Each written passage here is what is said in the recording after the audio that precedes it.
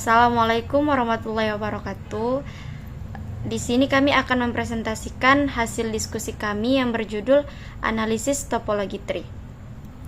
Sebelumnya saya akan memperkenalkan anggota kelompok terlebih dahulu. Perkenalkan, nama saya Putri Omi Askira dengan NIM 2305181016. Kemudian ada rekan saya Bagas Insyapi Wiradinata dengan NIM 2305181088. Selanjutnya ada Mila Auliani dengan NIM 2305181012. Nah, di sini saya akan menjelaskan pengertian topologi tree. Apa itu topologi tree?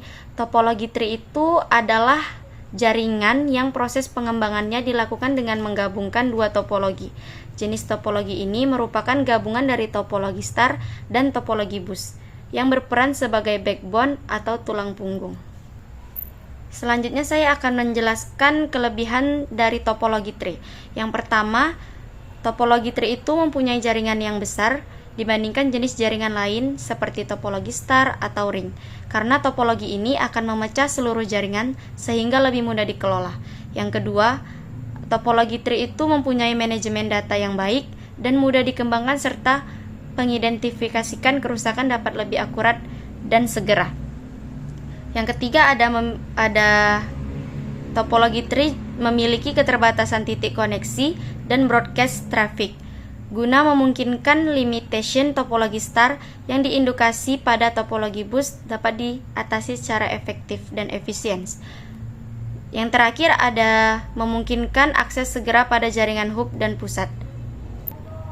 Untuk materi selanjutnya akan disampaikan oleh rekan saya, Bagas.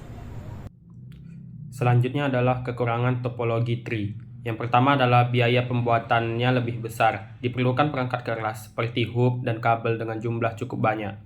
Yang kedua adalah dapat melumpuhkan keseluruhan jaringan apabila terjadi kendala pada hub pusat atau barang kabel. Yang ketiga adalah pengelolaan jaringan tergolong sulit, terutama dalam hal peningkatan ukuran di luar titik. Jika tidak dikelola secara benar, dapat dipastikan kinerja dan kecepatan jaringan kurang optimal.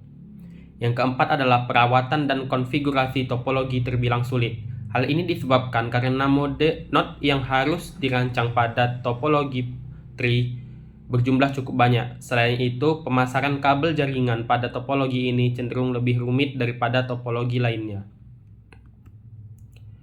Berikutnya adalah perangkat keras yang digunakan. Yang pertama adalah router yang menghubungkan jaringan yang berbeda dan mengarahkan lalu lintas data antar node dalam jaringan. Kedua adalah switch, digunakan untuk menghubungkan perangkat dalam jaringan di tingkat yang lebih rendah dan mendistribusikan paket data sesuai dengan alamat tujuan. Yang ketiga adalah hub. Meskipun kurang efisien dibandingkan switch, hub masih dapat digunakan dalam jaringan yang lebih kecil atau untuk tujuan tertentu di cabang tertentu. Yang keempat adalah kabel jaringan. Menggunakan kabel twisted pair seperti kabel Cat5 atau Cat6 atau kabel serat optik tergantung pada kebutuhan kecepatan dan jarak transmisi data. Yang kelima adalah access point atau AP. Dalam beberapa implementasi, terutama jika jaringan juga menggunakan perangkat nirkabel, access point dapat digunakan untuk menghubungkan perangkat wireless ke jaringan kabel. Berikutnya adalah cara kerja topologi tree. Topologi tree bekerja dengan struktur hierarki yang menghubungkan node dari tingkat yang lebih tinggi atau induk ke tingkat yang lebih rendah atau anak. Aliran data dimulai dari node pusat atau root dan diteruskan ke node-node di bawahnya, mirip dengan cabang-cabang pohon.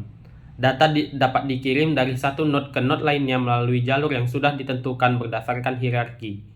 Setiap cabang dalam topologi tree bisa terdiri dari beberapa node yang terhubung menggunakan switch atau hub. Jika salah satu cabang terganggu, bagian lain dari jaringan tidak langsung terpengaruh, sehingga memungkinkan fleksibilitas dalam pemeliharaan.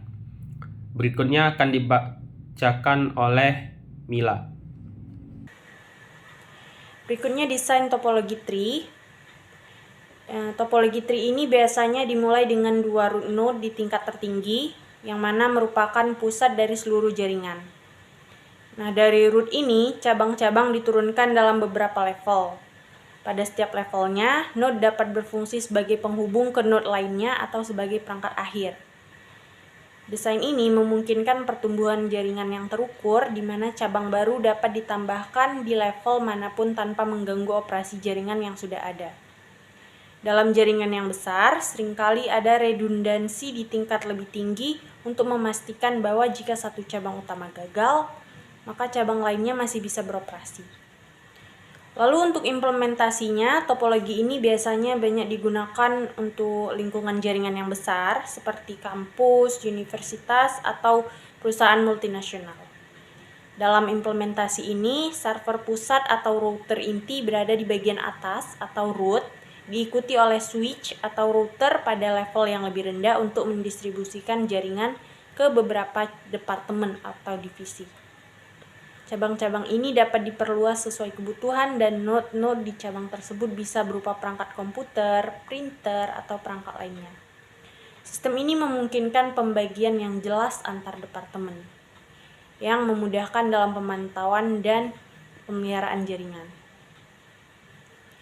Kesimpulannya, topologi tree ini menggabungkan elemen dari topologi star dan bus untuk membentuk struktur hierarkis dengan satu perangkat pusat dan beberapa cabang. Kelebihannya yaitu memudahkan pengelolaan jaringan, kemampuan untuk menambah cabang baru tanpa gangguan, dan isolasi masalah di setiap cabang. Namun kekurangannya ada seperti ketergantungan pada perangkat root, yang mana dapat mempengaruhi seluruh jaringan jika terjadi gangguan, serta kompleksitas dalam pengelolaan untuk jaringan yang besar. Secara keseluruhan, topologi tree sangat cocok untuk organisasi yang memerlukan struktur terorganisir dan fleksibilitas dalam pengembangan jaringan. Sekian presentasi kami, lebih dan kurang kami mohon maaf.